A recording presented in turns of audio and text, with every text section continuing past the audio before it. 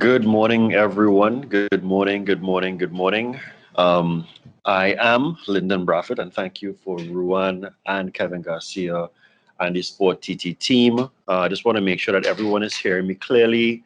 You can just drop a yes in the comments. So let me just make sure I look at the comments here.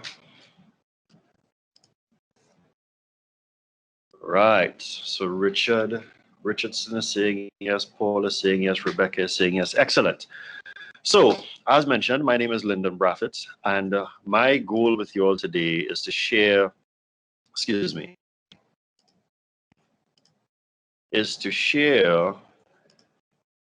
strategies and perspectives as it relates to strategic planning in sport. Now, there are a number of things that I want to share with this, all that we can fit in the respective time frame. However, I want to start with this. So let's do a little bit of a get to know you, right? So and if I can just maybe ask someone to just give me somebody feedback. In the comments, I'd like for you all to give me an idea as to which one is the lie, right? So I have three things that are there. Tell me which one is the truth and tell me which one is the lie. Sorry, just identify which one is the lie, sorry. Go.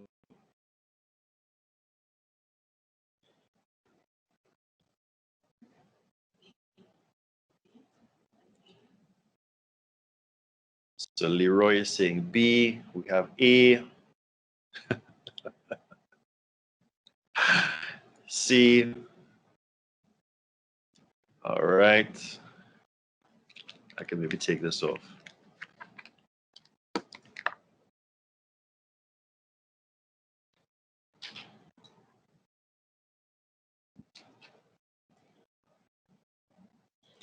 All right. So interestingly enough, folks, the lie is B, right? I am over 40. I may not look like that. Thank you very much. And yes, my friends back in the day did call me Michael Jordan. Unfortunately, not because of skill, but just because at that younger age, I seem to have an appearance like him, right? As much as I do like a lot of sports, cricket is not my favorite sport. Definitely not. I have a really good but healthy relationship with basketball, right? So basketball is a big sport of mine, and the sport in itself has actually taught me a lot as it relates to business, as it relates to life, as it relates to things like friendships, camaraderie, a lot. So I learned a lot while playing basketball. I never played competitive basketball, so I didn't play in any leagues, but I had the ability of having a number of friends and also traveling abroad, visiting a couple stadiums and actually seeing the sport being played, right?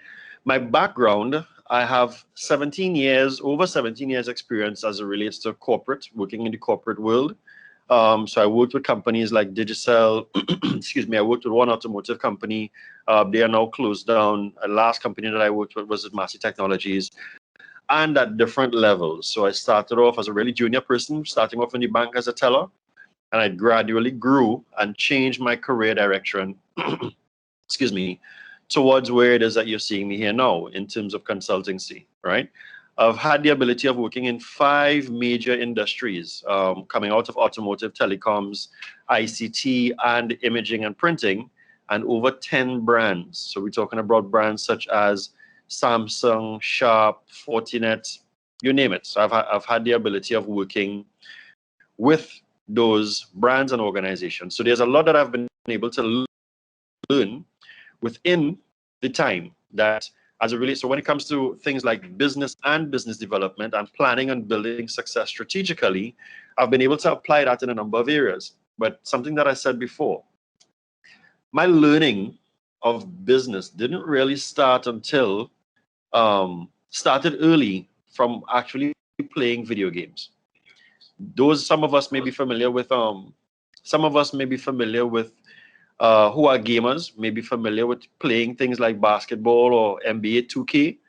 and you had to build your career, and your career had money involved, that is where I started to get introduced into business, interestingly enough. So for those of us who are parents and maybe pulling our hair out, or those of us who don't have hair, because our kids may be heavily involved in games, there is some benefit to it. Trust me, I know, because I am an example of that.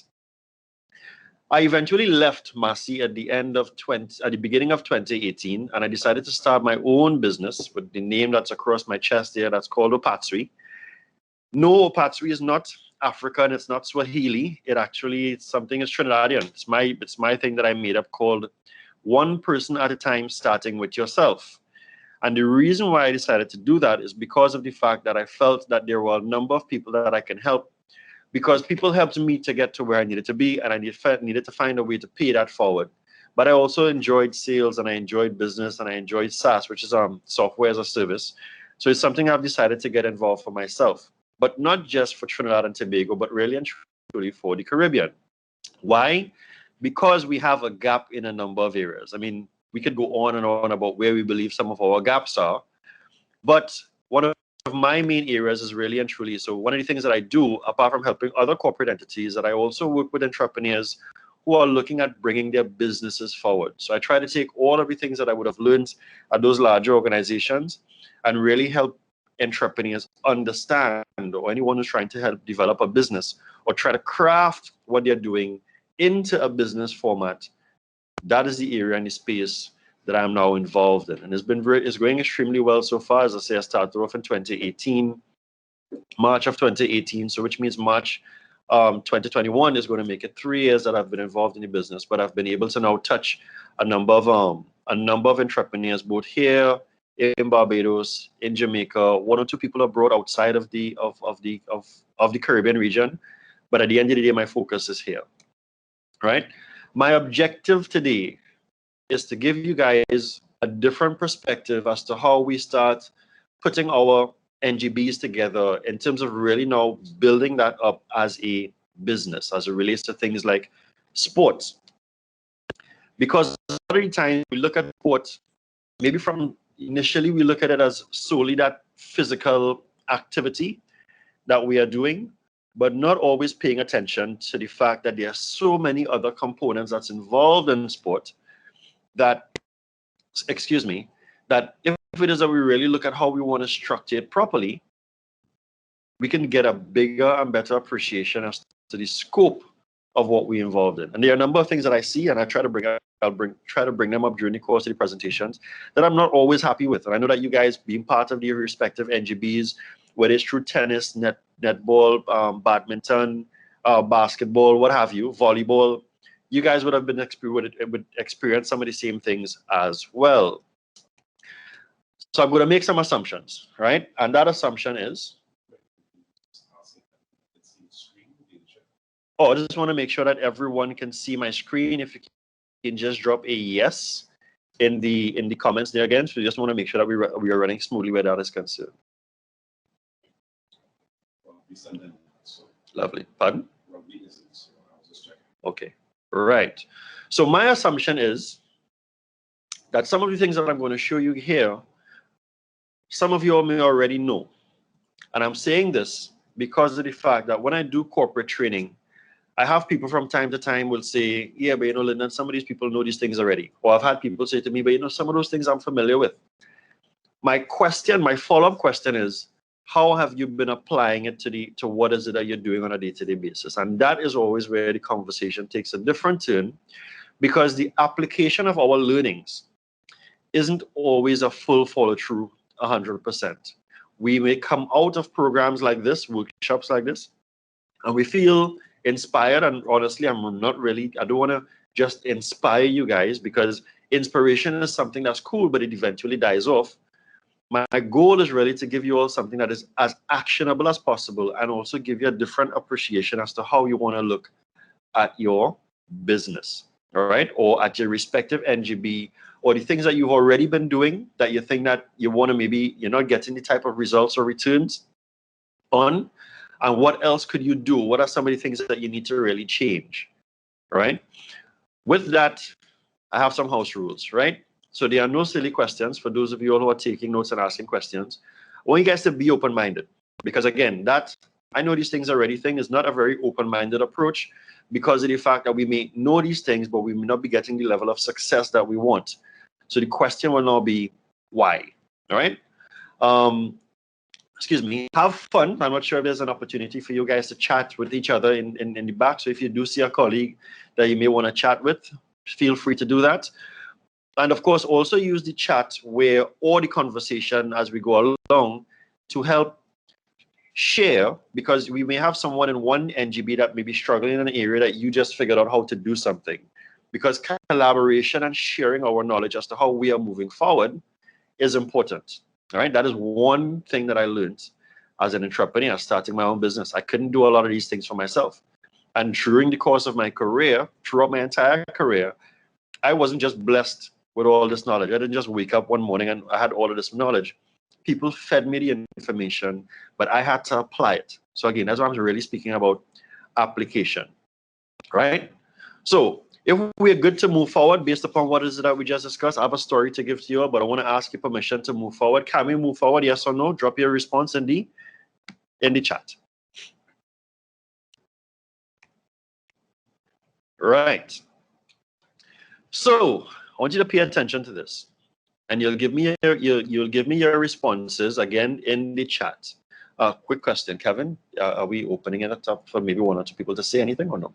Sure, just let us know. So we could? All right, good. Wonderful. Good. So, fly in the window. Not sure if you all may have ever heard this story before, but it's one that I love. All right. So there's this guy sitting on just relaxing one morning or one afternoon, and he's just sitting in a coffee shop and he's looking out what is sort of rituals or whatever it is, and he's just looking out the window, just watching things happen, right? Just life goes by. And as he's doing that, he's noticing a fly, and the fly is buzzing and is consistently tapping on the window, right? Hitting the window, hitting the window, hitting the window. The fly is moving away from the window, kind of going a little distance, maybe getting some momentum, and hitting the window again.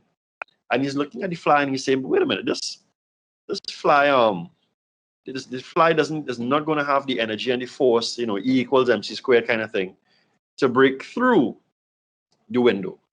All right. And as he's looking at it, he's saying, more than likely, this fly is going to try until it's dead. And it's going to just end up on the windowsill, right? Exhausting all of its energy here on this windowsill. As he's scanning and assessing the situation, he just looks up a little bit and he sees that there's another window, not too far from the first one, that is open. And he's saying, but why doesn't the fly just fly through the other window? Right? Now, asking that question of a fly doesn't have the ability to really say, okay, let me just step back and assess my surroundings and then just head out the window. It doesn't do that. We do, however, as human beings.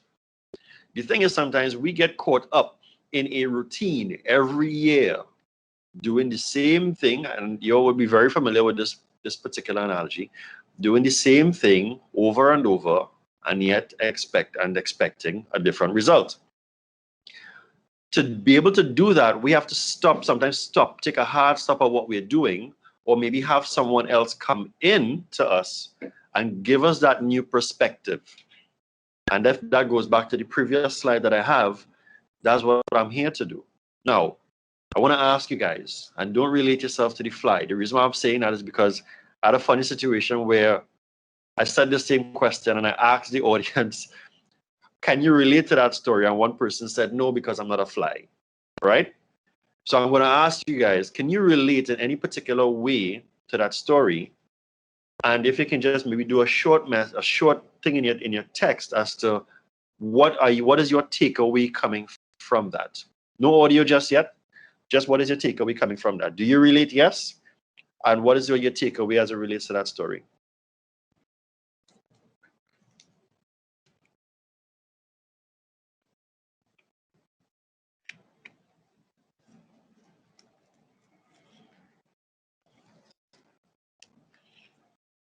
Any takeaways?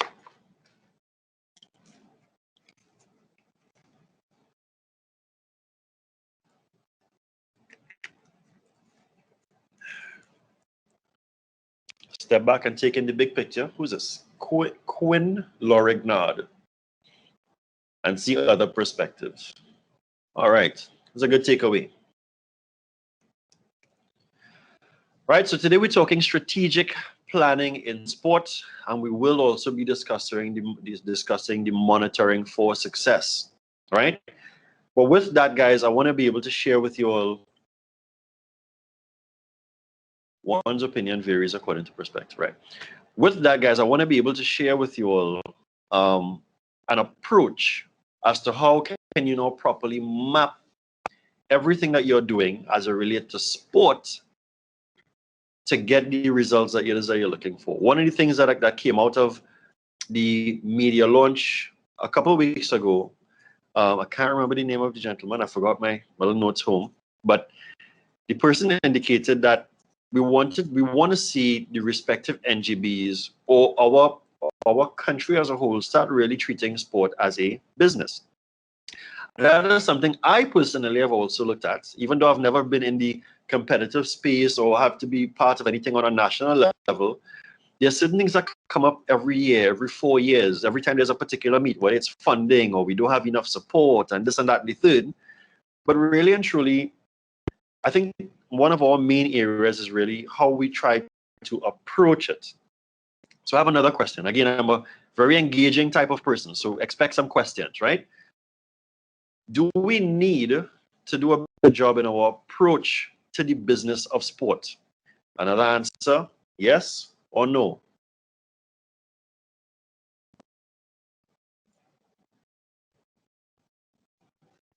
Right. So far, I've only gotten yeses, right? In the questions that we've asked so far. So this is where now I would like maybe 1 or 2 people to give their perspective. If you can just share with us, whoever may be willing to do audio, or you can put it in the comments, right? What are some of the areas we need to improve on? You just share with us. Again, we're here as a collective body, all of the respective NGBs. You guys would know what the issues are or what the issues aren't. I want you all to get involved. Let's start raising some of the things. What are some of the areas that we need to improve on as it relates to now getting our NGBs to really be as successful as we would like it to be? So if I have to start with the last person that responded, if I would have asked Rowena Williams. Good morning, everyone. Revenue is one, and this, who's this? Jared, Mr. Jared Hart. So he's saying governance, marketing, and revenue. Okay, right. Anybody else? No, I would want to agree with that, especially in the area of marketing. Okay. All right. All right. So I'm giving you guys the opportunity to raise your hand if you would like to go on. If you would like to say anything, but for now, we will work with the comments. So we're seeing management, accountability, and marketing. This is coming from Claire Ann Leach Lewis. Thank you very much. Leroy Pierre saying policies. Good. I want to get 2 more because we have 40-something people inside of here. I'm just taking 5.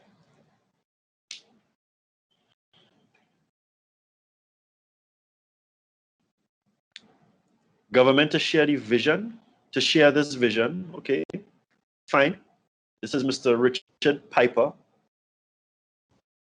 Richard, if you could just indicate which NGB you are also part of, that would be cool. Oh, and I also didn't ask that question. I should have asked that question before too. Planning, monitoring, and evaluation. Cool. TTFA, great. Thank you. Engaging all stakeholders, not just the sports teams. That's a good one. This is Paul. I may not say that. I don't want to butcher the guy's last name. So that's Paul. Paul. So all those have been great, really, really excellent responses thus far, and I really do appreciate. The feedback, because again, this is what we're here for, right? My objective is to come as this external person and just pay attention to everything that I've always seen in sports, right? So we'll talk about a couple of the things that we've seen. I've seen sometimes where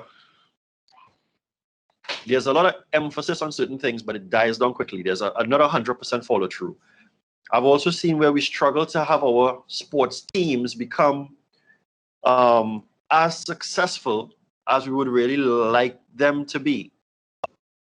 And those, like, if we had to look at this, for instance, we have a pro league for however long now. We have stadiums that's built for the pro league, right? And again, I'm not sure if I may be crossing over into any borders that's outside of the NGB, but we're talking sport as a whole, right? But we still have issues as it relates to attendees, ticket sales, merchandising, all those little different things, everything that relates to business of sport, right? We may have, this here is the Olympic Committee, the one that's on the left, where the Olympic Committee is trying to raise funds, right?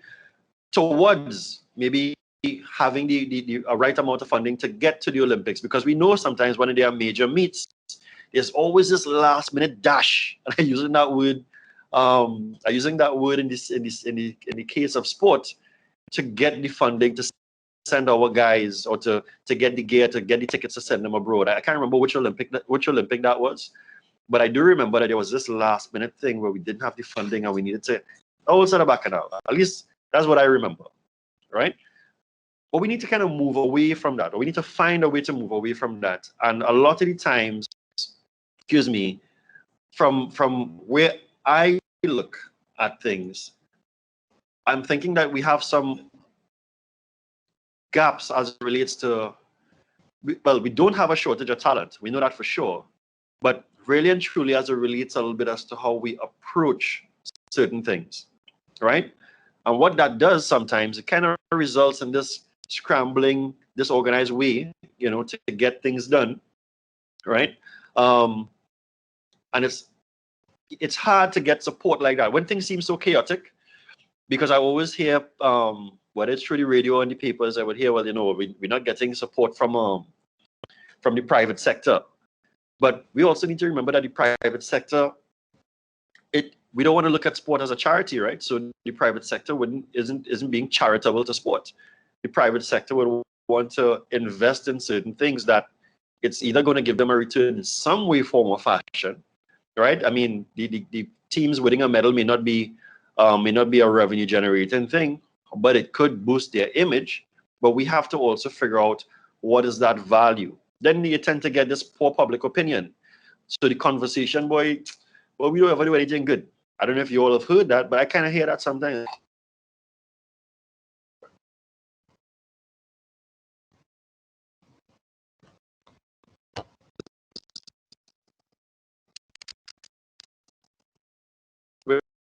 They expect the way it's testing 1, 2.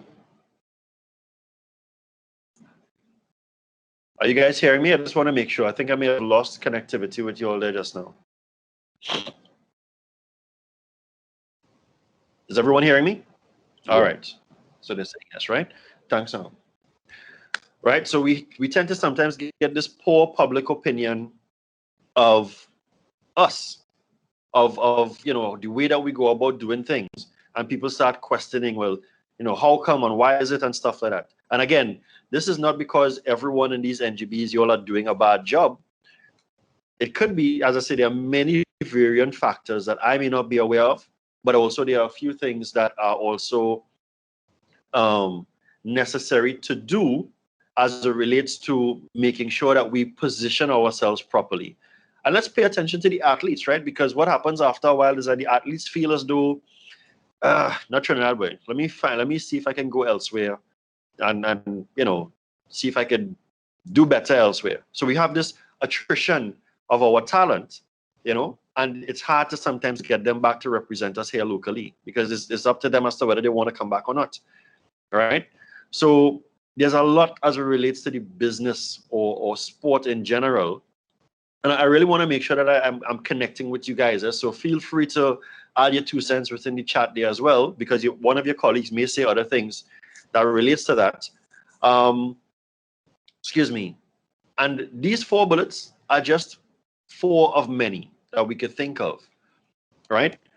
So there are 4 common mistakes, and I'm using business here, kind of transitioning into business, because of the fact that I want us to start looking at the scope of what is it that we might need to be doing, and how do we now build a framework to improve on what is it that we are doing for the future. Like, how do I really get to develop this NGB? But or is it just because, let me say it like this: just telling someone or telling a corporate entity, well, we're trying to raise funds to do this thing, right? Because I see young guys at PriceMart car park, or at Westby's and Diego Martin car park, and they're walking around with these little sheets and they're saying, we need to get some gear, we need to do this and that and the other. While that is okay, I also think that's the best use of the resources, right? So a couple of common mistakes that we might make in business is, one, we are not always clear in terms of having that value offering, or how how everything else that we are doing ties itself into the value chain offer. And we'll go into that a little bit more, because of the fact that, we have something to offer. Sport is a product. Look at Jamaica, right? Sport is a product, especially coming out of their track and field. So how do we develop that and now get it to become a product? But to have a product like that, we have to use our own raw materials, which is our people, right? And of course, now build and get that support that we need moving around that towards getting us, towards getting us the traction and everything else that we need to get to move forward, right? So Pro League wants partnership with corporate TNT. Well, what is it that we are offering to corporate TNT? What's in it for them? Let me just switch it a little bit to look at my uncle is the president of a particular pan side, right? And I remember talking, not the president, sorry, he's I think the treasurer or something of a particular pan side. And I remember while chatting with the person who is like one of the financiers of the pan club, the person was saying to me, boy, it's really hard to get these, folks to buy in. And I remember saying to him, yeah, well, because we need to do a little bit more as it relates to pan, right? Not just saying it's a culture, but we need to also understand that when it comes to going to a corporate entity, they want to align themselves with something that they know that will be of value to them in terms of a presence, right? Or so sometimes it's more than just having this corporate social responsibility to say, well, okay, we're just going to invest in our pan side, right? But it's what that pan side is now looking at doing, whether it's for the community, whether it's growth projection, that type of stuff. If it's something that's coming out different and they could say, you know what, I could definitely invest in that. I will support that.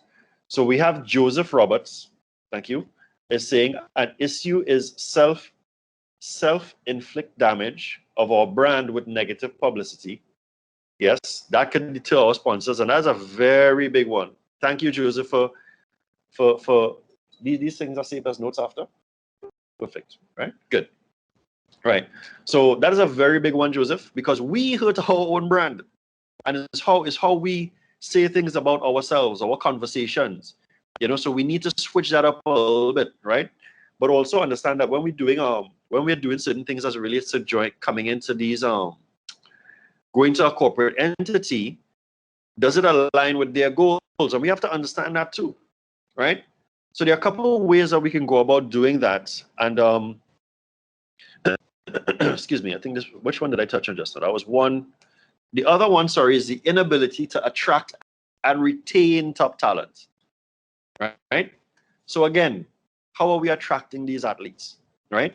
There's my nephew. He is fascinated with football, yeah? And outside of COVID, all he wants to do is play football. I can personally say that he may not be the best footballer because of his athleticism, but what he's very good is at being a statistician, because he knows things. He could tell me certain things about Ronaldo and Messi and the teams. He knows those things off the top of his head.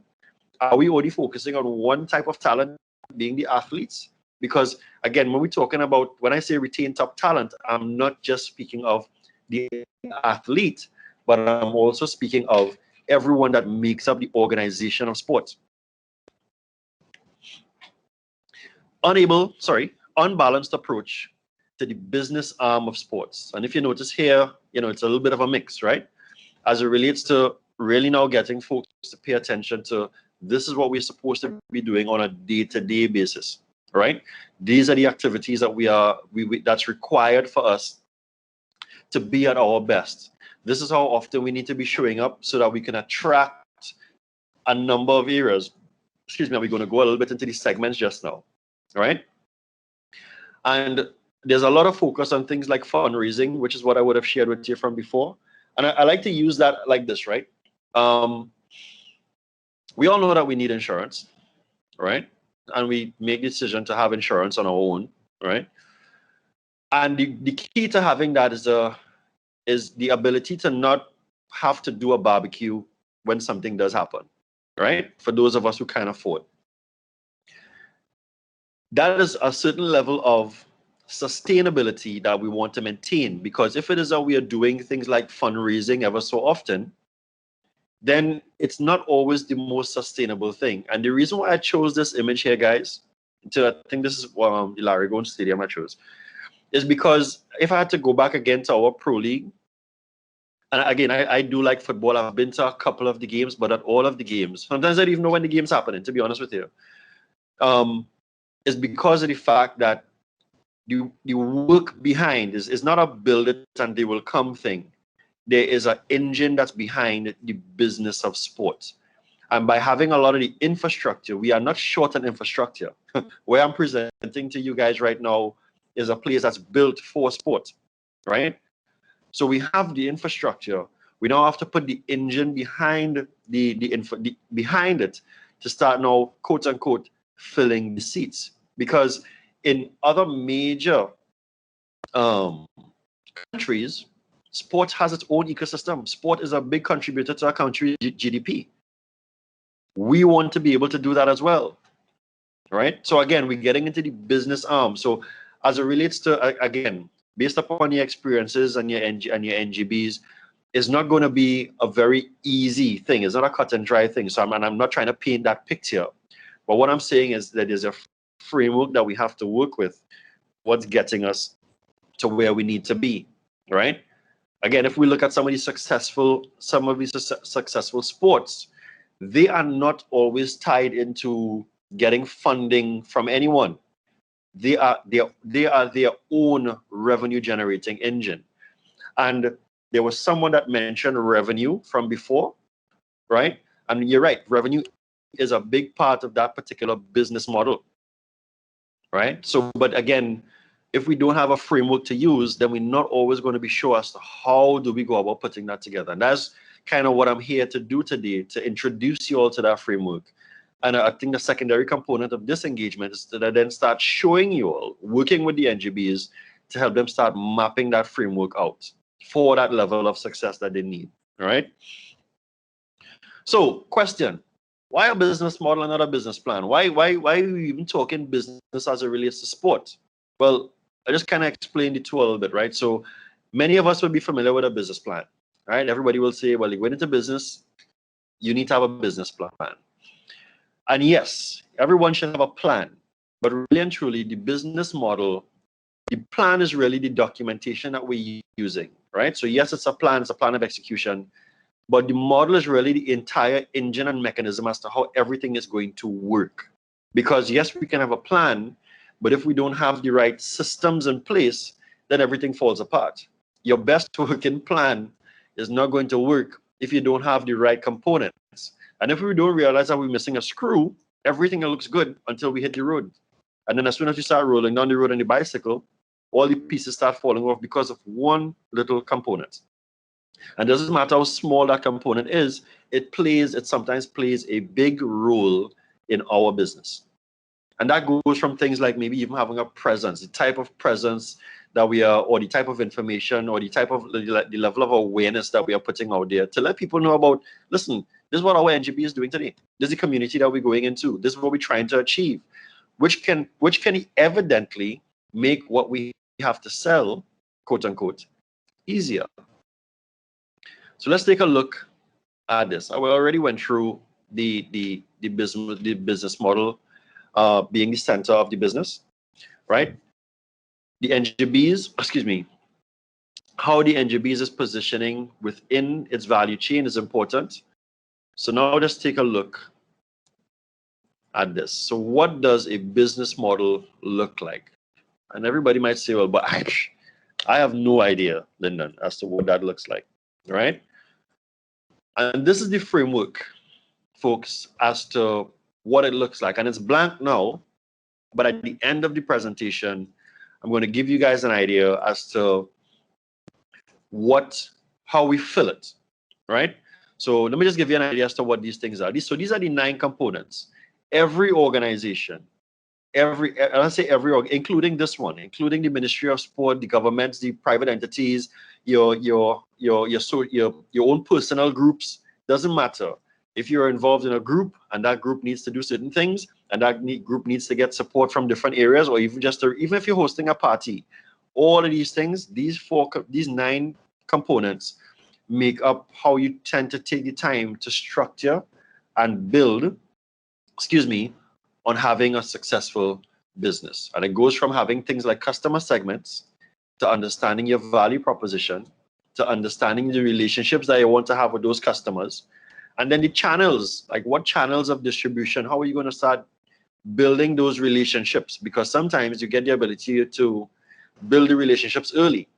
Far too often, and I'm going to spin it in 2 ways, I have seen companies only show up and try to do business with people when they have something to sell, right? But they've never really been showing people that journey. They've never been making people aware of who they are, what they do, who is that they're trying to help, and why it's so important to them to start building relationships really early before you can even ask someone for $1, right? Beyond that, now you have things like key activities on the left-hand side, right? So what are some of the key activities that our NGB needs to be doing on a daily, weekly, monthly basis, right? What are the key resources? And then what partnerships do we have? If we start paying attention to all of these things, this is what it looks like. Now, if we had to break this down, there's a way that we need to break this down in a simpler format than just 9. And it goes into, on the right-hand side, up to half of the chart, it goes to desirability, right?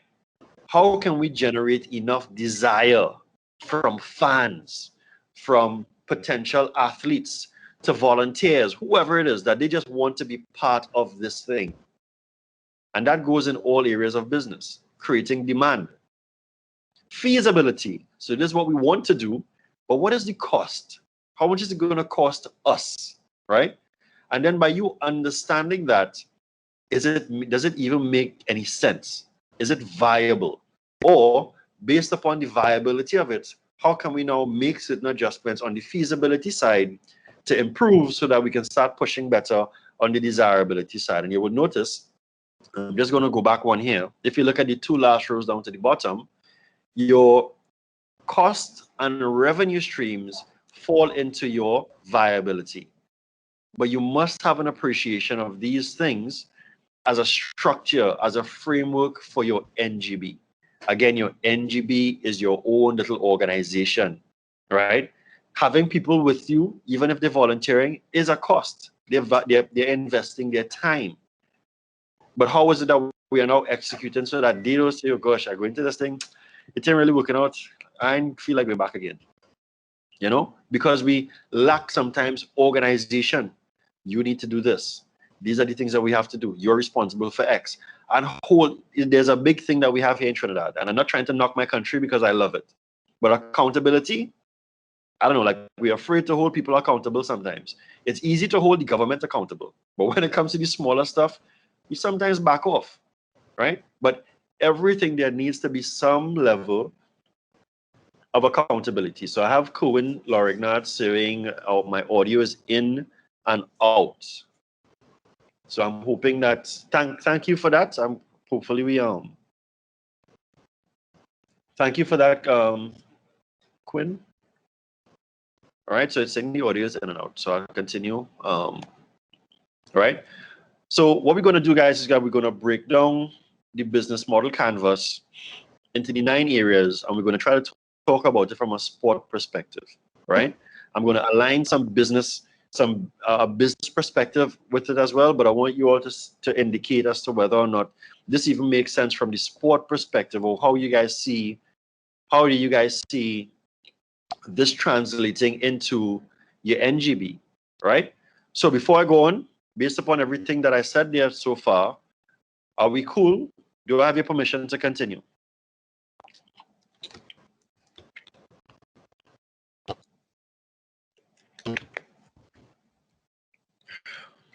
Thank you.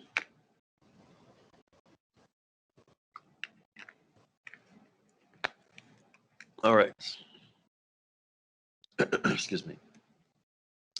So the first area is the value proposition, right? And it says customer there, excuse me.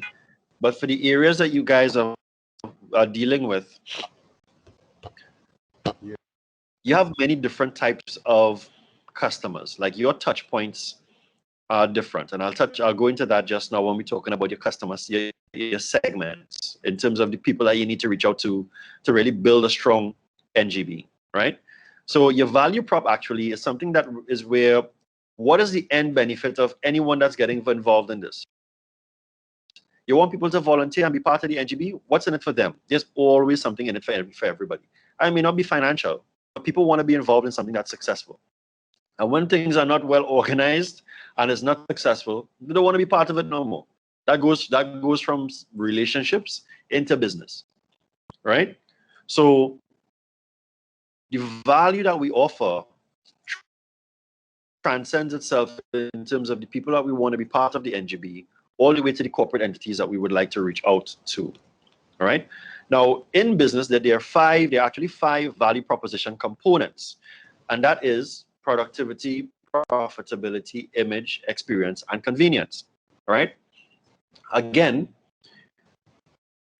from an NGB standpoint, where do you guys think your NGB, what would be the value proposition to your NGB of your NGB to your prospective customers? Let's say, and your customers could be anyone along the lines of your athletes, your corporate entities. What do you think is that value to them? What is the value that you guys are offering? I want you all to maybe drop some of your responses in the comments. You can just, if you have an idea as to what any one of these, just choose one and put it in there and tell me.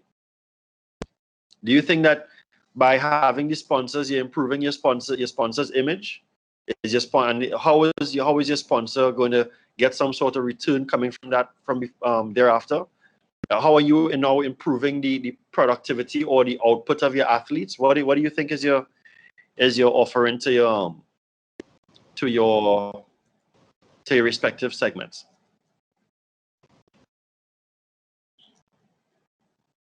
You all can take a guess. As I said before in the beginning, there's no right or wrong. So there are right and wrong answers, but there's no silly answers or questions. So I want you all to take a stab at this.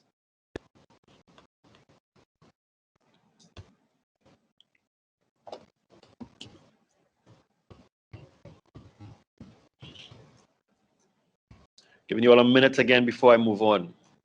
And I'm patient. I could extend my minute to productivity. Okay, cool. So that is, who said that? Leroy Pierre. Thank you, Leroy. I'll take a couple more.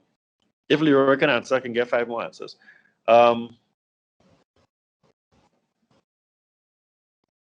Okay. Improving. All right. Image of the athletes. Very good, Ferdinand. Who else we have? We have improving the. Ooh, everybody answering. Okay. Image, for example, exposed to local and international market. Oh, you guys are excellent. Improving their image by association with the NGB. Very good. Experience, Patricia, Butcher, brilliant. All answers have been excellent so far. You guys are very, very correct. Let me ask you something. A lot of you all spoke about it from the standpoint of the athlete, right? What about your corporate entities? What about the corporate entities? We have, I'm not seeing who said this one, but productivity, improving performance. Can you just give me a... So Neil Marcano is saying image, right? Good. And I'll just add to that too, right? Because if we look at it like if we look at it like UEFA, or just look at Steel Pan at Panorama, right? Marcy All Stars, Neil and Marcy All Stars. No, am I saying that right?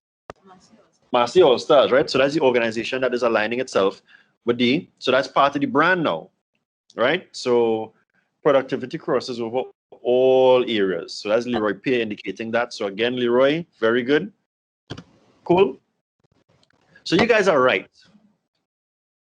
The thing is, how have we been translating that to our sponsors or anyone else that wants to be involved? Because even me as a volunteer, I want to be involved in that, because I will talk about it. Hey, yeah, boy, you know, well, we're doing this thing with XYZ, and my role in this is X, because we all want to be part of that.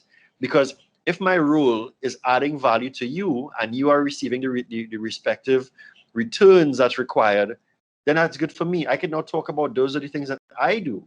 No, you may never know as to where that could take me in the long run. So there's a lot of value.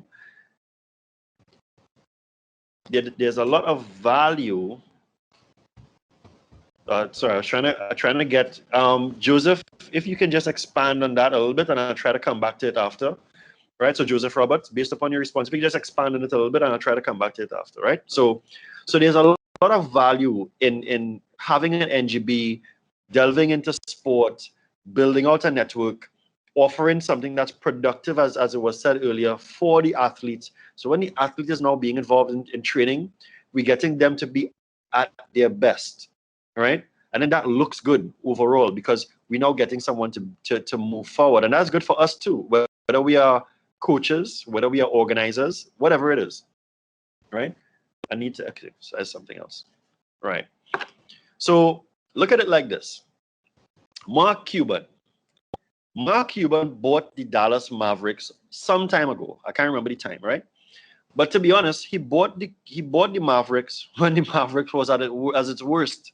Now the Mavericks still isn't the best team, but he improved the brand's name, image, viability, revenue. How did he do that? He understood what he was offering to the audience, right?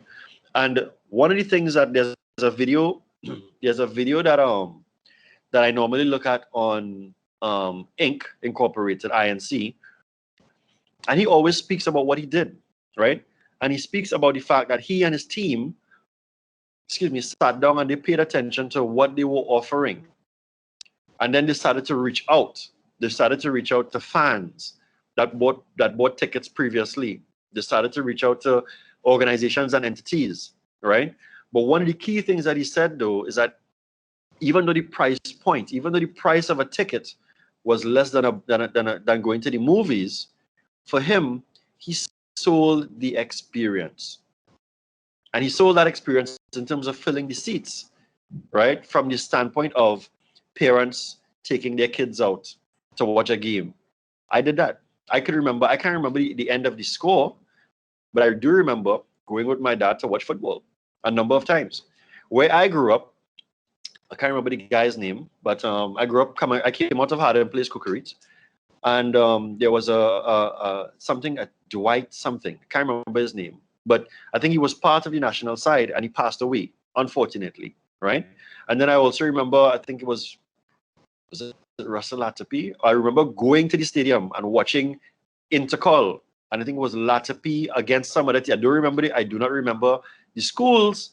I don't remember who won, but I went there with my bigger cousin because it was an experience for me. And the entire place was filled. We had that energy from before. That energy has since dwindled, and has dwindled in a number of our sports that we can't fill. Even small arenas for cycling, for basketball, right? Sometimes for tennis. What are we selling? Sometimes it may be we have to identify as to what that is and what is it that we are giving to those respective audiences, so it doesn't become a chore as it relates to what is it that we're doing for our respective NGBs. Also having a clear understanding of our segments. So there's another area of the canvas now. And those segments vary, because those segments, here's where it's important, right?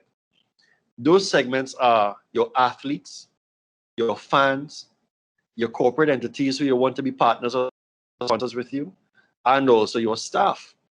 Right? Remember, my rule here is to show you guys how to build and develop your business. We have to look at all of the components of the people that we need, because we can't run an organization by ourselves. A 3-man or 1-man entity, even for me, I started off my business as a single person. Now I have 2 people on the team, but I know that I need more because I can't grow. I can't do everything. So based upon what is it that you're trying to achieve, these are some of the areas that you need to do that. Now, how do you know position yourself in such a way that you can start attracting these guys? Channels. What is our communication strategy? Well, I can tell you one thing that my uncle does, if I go back to the pan story, is that he always does every carnival time he starts sending out letters to sponsors and to the association. I think it's Pantry and Bago and stuff like that. But there's more, and these are things that I've shared with him as well. There's more that they could be doing that would make what he's trying to achieve a lot easier. Because here's one of the things that they have a problem with: the youth. You tend to find that the youths are not staying, and most likely maybe they may be going to other more dynamic quote unquote pan sides. But again, what is that one entity? What do they need to do? Because that could be a representation of you guys as well. So what is it what do they need to be doing? And how do they need to be communicating that? Like, what channels do they need to be communicating it on to reach out to the respective customer segments? Remember, channels is supposed to get, and like when I say channels, let's say television, TV6 is the news. That's a channel that's bringing information. They're communicating to us. But that has changed now. That is now so dynamic, excuse me, that those communication channels are now very different. It doesn't have to be a newspaper ad anymore. It doesn't have to be a television broadcast. We have so many different mediums that we should be using towards getting our information out. There are people who would have built strong businesses in sport by just talking about the things that they love or writing the things that they love, and they've been able to show their expertise from there, or they've created a demand where people want to be part of. But you need to have a presence. You need to be using that channel. And where we are right now, especially in the digital world, I would encourage you guys to look at things like blogging. But to blog, you need to have a website. Do all of your NGBs have a website? Right? That is a question for you guys to answer. I'm not asking you all to answer me now, right? But a website is really important for anything, right?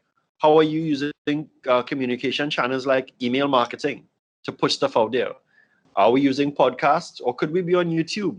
And if it is on YouTube, what is the message that we need to send out there? Because we need to let people know what is happening, right? So we have, who was that? So we had Suzanne. So I'm going to come back to Joseph's point right just now, right? So Suzanne is indicating that yes, social media is definitely an asset, because it's 2021, we are in a digital world. And I actually tell customers this in their day-to-day business. And I have all right to say it, because when I started sales in 2003, guys. And I can tell you, UT wasn't even around as yet. When I got my first job and they took me to the desk, I had my little cell phone, little gray Nokia with the gray rubber keypad, and the screen was green. And I had to hit the button 3 times to send a text message, to build out a text, and a phone book. And I had to use those things. That was a phone and a phone book and an empty desk. That is where I started. Look at where we are. And I one of the things that I've learned to do is adopt new technologies and adapt my style and strategies to meet what is happening now. Because if I stay back in 2003, I'll be out of business. I would not be here talking to you all. Because guess what? The reason why I'm here is because of social media. I built a relationship with someone that was here. They see what I do, and they said, "Hey, Lyndon, we would love to have you come and share." I would not have met that person if I was not on social media. And the same thing applies to our NGBs, right? So Joseph is saying we don't engage our state. Okay, so I now follow your point, and I'll just read it out for the audience, where he's saying that we don't engage our stakeholders well through communication and continuous engagement, and that is important. Let me indicate as to why that is so important. What Joseph said, right? How often are we sharing, giving people updates as to what's happening, or is it that we are only showing up when it's 6 months before a meet to say, well, you know, we have this thing coming up, right? And we would like to get some support from you all. I've been able to host 2 conferences so far, sales conferences. They've never been held before. So a colleague of mine, a colleague by the name of Jared Best Mitchell, both he and I, we've been able to host 2 conferences starting in 2019. We did one last year in 2020, right? But it's not been that hard in terms of getting sponsorship. And also, we've been able to keep some of the sponsors that we had in the first year, but we didn't just show up 12 months after. We've kept them abreast of what has been happening. And plus, because they are so involved in the social aspect of things, excuse me, they get to see as to what's happening. They're seeing the journey, they're seeing the direction.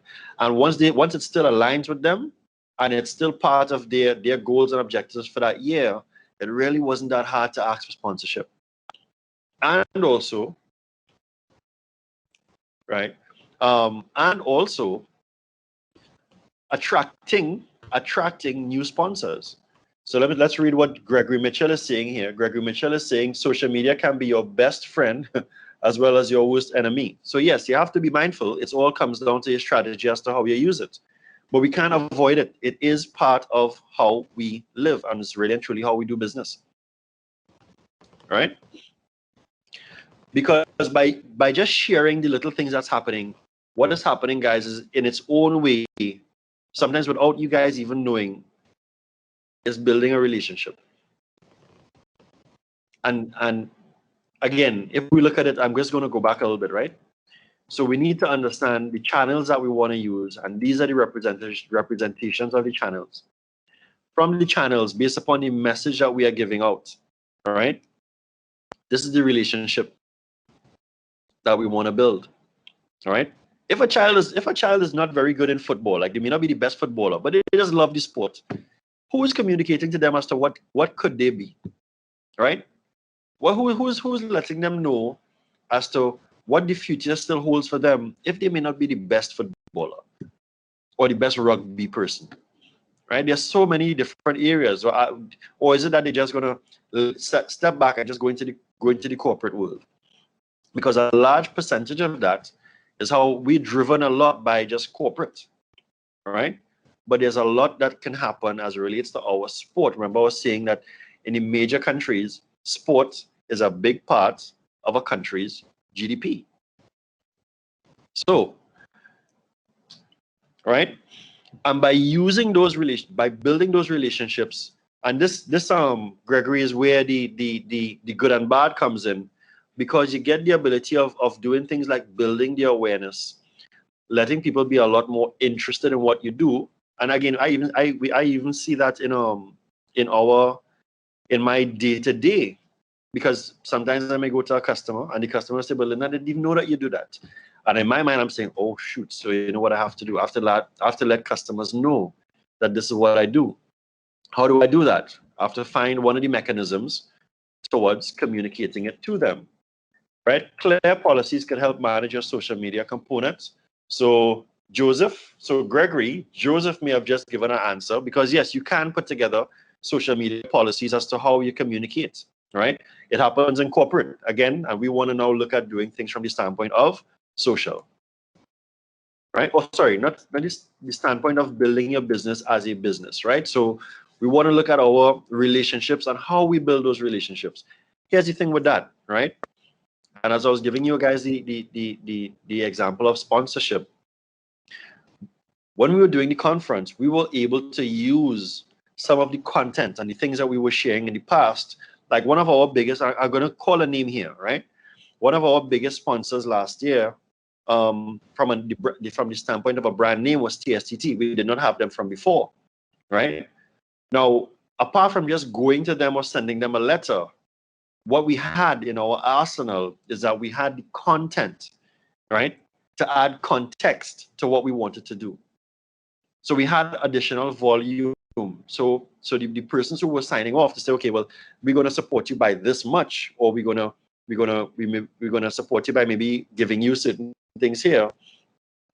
When they saw what we were trying to achieve, because it was easier for them to understand. And I'll say this, we are in a show me economy, right? A lot of people could say a lot of stuff. Tell, right? We good with the gift of gab. But we need to be able to start showing people, right, as to what needs to get done. Sorry. All right? So don't take these things for granted, guys, as it relates to your strategies and stuff like that. I'll give a personal testimony. I'm just putting these things here that throughout my business, this is what social media has been able to generate for me in different areas, right? And this is through me either getting funding or getting support to do certain things, or getting the ability to do business in specific areas. The key activities now, this is now where you need to have an understanding as to what are some of the things that I need to be doing every day, every week. And this now comes from the standpoint of on the back end and in the presence of your audience. Do we need to be having meetings every week with certain corporate entities, months in advance, just to at least let them know, listen, next year this is what we want to do. These are our goals. We'd love to have you on board. You're not asking them to buy into anything just yet, right? So it's how often you need to be doing it and what times you need to be doing it. What is in red here, right? What is in red here? I'm not seeing a switches yet on the screen. So right, okay, good. So what is in red has really been the older way of doing things, right? What is in green has been everything since the advent of the internet to now, that I would always encourage you guys to pay attention to as to what you need to be focusing on right now, because this is where the majority of your eyeballs are, right? Coming out of that, what are some of your key resources? Now, this goes into now the back-end support. Who are the people that you need? How are you making that identification as to those people? And starting off with the people, how are we holding the people accountable towards achieving the things we're supposed to achieve, right? And then beyond that now, you have other things as it relates to technology. We can't be adverse to tech. That's why I spoke a little bit about using the social media platforms, but also one of the most key components is really having a digital presence, having at least a web presence, meaning having a website to start sharing and owning the space as it relates to your story. There's something in business that we all need to have focus on, and it doesn't go in any one particular order. But the first one to be first is finance. We all need capital, right? Infrastructure. We all need either not infrastructure, meaning tools, whether it's technology or otherwise, and also we need the resources to help us execute on those things, right? We need, in our own little NGB, we need to put systems in place. Again, if you look at anything that's successful, any successful sport area, we have to put the right systems in place. We also have to be time sensitive. If it is that you're rushing it and you're only showing up when it's a deadline, that may not be the most interesting thing to your customers, right? And again, your customers, I'm saying customers here, sorry, but when we're speaking from the NGB standpoint, remember we're talking about fans. We are talking about, so we're looking at fans, we are looking at corporate entities, we're looking at staff, and most importantly, our athletes, right? And then what technological resources do we need to move forward? And Joseph is actually saying something, the governance piece and setting clear KPIs is important, right? Because again, we need to start treating this thing like a business. You can't have a business without KPIs, because then you're not going to be sure as to how you're reaching towards your goals. Interestingly enough, notice that when we're talking about key partnerships could come in the beginning or it can come at the end, right? How do we need to create alliances with the right people, whether it's a corporate entity, whether it's another NGB, right? And counter promote the things that we want to achieve. So building strategic partnerships and being very clear as to what each partnership, each entity in that partnership wants to achieve is also a good value offer. Because let's just say, for instance, we have a sales or marketing activity where two separate NGBs come together and they are hosting things. That could actually now become a good magnet for both NGBs, because you're now putting the NGB titles aside, but you're now using it as an opportunity to push and promote and bring value to your audience, right? So again, creating the right associations, and they can eventually become some form of value chain, because again, you may have a soft sponsor with someone seeing that, okay, you guys are trying to host this thing, I don't mind helping you all in this area, I may have some equipment that I can give you all that can work. They're a soft sponsor, because sometimes it may be easier from a low-hanging fruit standpoint for an organization to add value in this area as opposed to giving cash. Again, take it where you need it and promote it as a part of a partnership. I'm sharing this here to give you guys an idea as to the examples that I have when I built my business. So I had to created a partnership with a company abroad, 2 companies abroad, but I also have a local partnership here with UE Tech. That has helped my business grow, because I've been able to create certain alliances with those folks to help project. So when customers ask me certain things about the business, I can now leverage on my network to get things done. Again, guys, if we're looking at desirability, viability, and feasibility, they make up those components. I want to touch a little bit on the cost now, right?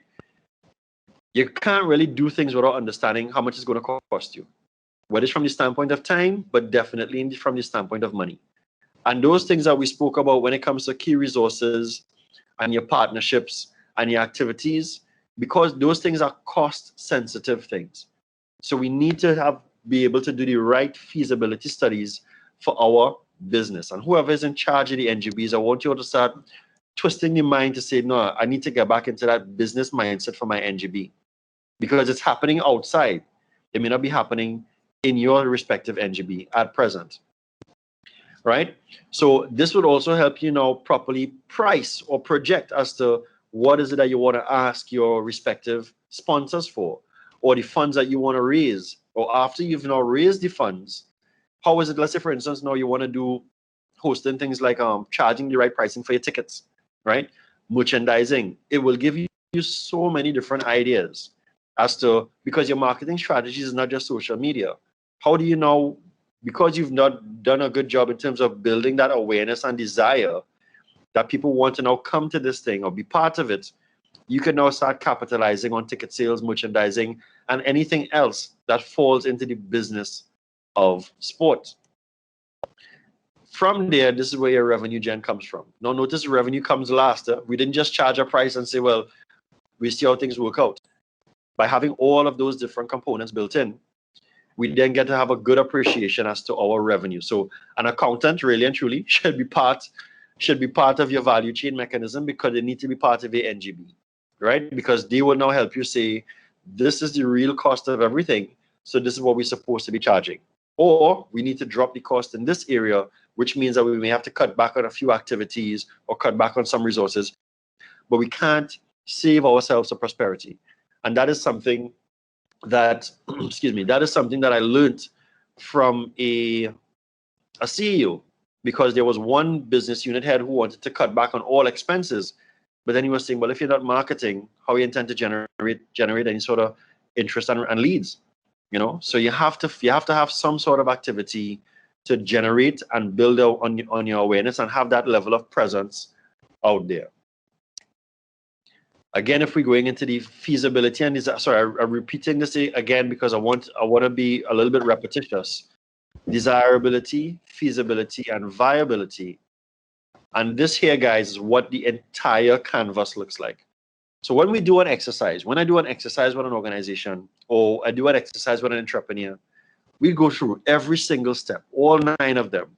Tell me what is it that you want to achieve. Who are the people you need to reach out to? Tell me about the athletes you want to get, because you want to get the best type of athletes as well. How is it that you want to go about nurturing them? How do you want to go about developing them? What is it going to cost you? Right? What additional support do you need? Do you need certain levels of staff? And if it is that you want them to volunteer, fine. How much time do they have to invest in that? What is it that they could potentially get in return as a soft give? Right? And who are the companies that you want to go about asking? And how do we now start translating that visually to start building on those relationships? Do we need to bring in a social media person to manage that for us? What is that going to cost, and can we get them to volunteer? There's so many different things. When you now extrapolate everything that I just said there in these 9 areas, it gives you a different perspective of the business, because when we start talking about it, you get to realize one feeds into the other. But without having it as a template to look at, you then realize, wait a minute, sometimes you don't even know that you're missing on a particular component. Because if there's no activity in one area, then you're going to have a shortfall in another area. Folks, it was a pleasure sharing this with you, and I'll touch a little bit on the monitoring part of it. There are certain mechanisms that you can use, and one of them that I just mentioned was really having someone like an accountant within your space, but also building out, and I think it was, we no longer on the chat, but there was someone that spoke about having KPIs, building those KPIs into your business model canvas and framework, and then making sure that we have consistent meetings every single month. Where are we? What did we do? Did you achieve the things that you achieved, right? Because without that, we're going to kind of end up in the same place that we started in the beginning, right? We're going to be lacking a little bit as to all the resources required to really build out the right framework and run this NGB like a business, for it to be self-sustainable. Right now, I'm not sure if I'm beyond time or on time. Do we have time for a couple of questions? If anyone has questions. 10 minutes or less. So I'm going to take maybe about 5 questions. Yeah. Thank you, Gail. If does anyone have any question that they may want to voice it over the audio, or they want to put it in the chat, let us know. Oh, and raise your hand so that the team would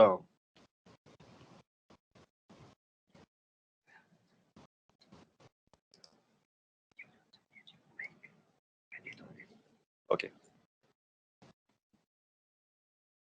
So when we have the audio, you just need to mention it. All right, I got it. Yeah. You can keep your mic on now. Any question? Thank you again, Gil. Can you speak? We actually have another presenter, and I guess that's an excellent segue into. So we actually have another presenter, Miss Bunny, who she will speak on the change management aspect of it, because yes, to do this means a change in approach, and it's a mental change, right? Because this has to now be part of your day-to-day, right? And as I said from before, people may know of it, they may be familiar with some of it, but we haven't always applied it consistently.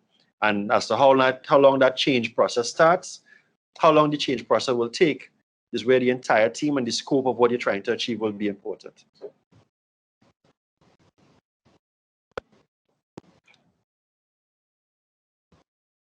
Thank you, Paul. You're welcome. Thank you, Richard. All right, so if there's no other questions, guys, will we be able to get a copy of your presentation? Yes. Yes, the answer to that question is yes. And I think that there's a recording. And how do you start? I will also be sending the oh, sorry.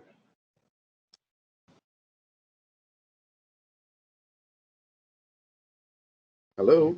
Hold on. Go ahead, Mr. Hart. We can hear you now. Hi, yeah, I just wanted to ask if we had any suggestions as to how we start relationships.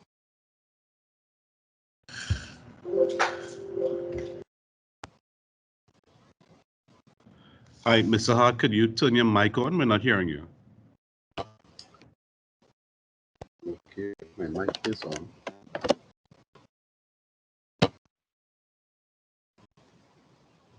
Are you hearing me now? Are you hearing me now?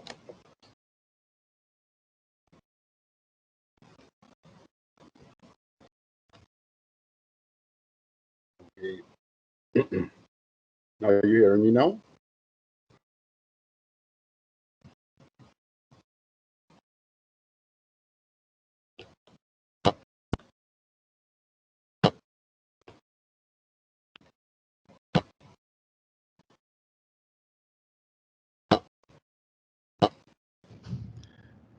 Hello, are you hearing me? Sorry. How if you would like, maybe you could just maybe type it quickly. Unfortunately, I'm not able to hear you. Sorry. Okay.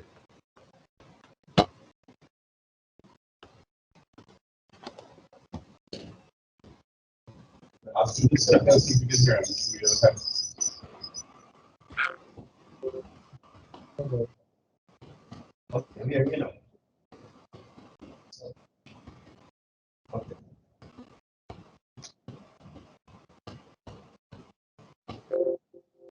Let's try one more time, Mr. Hart. Go ahead.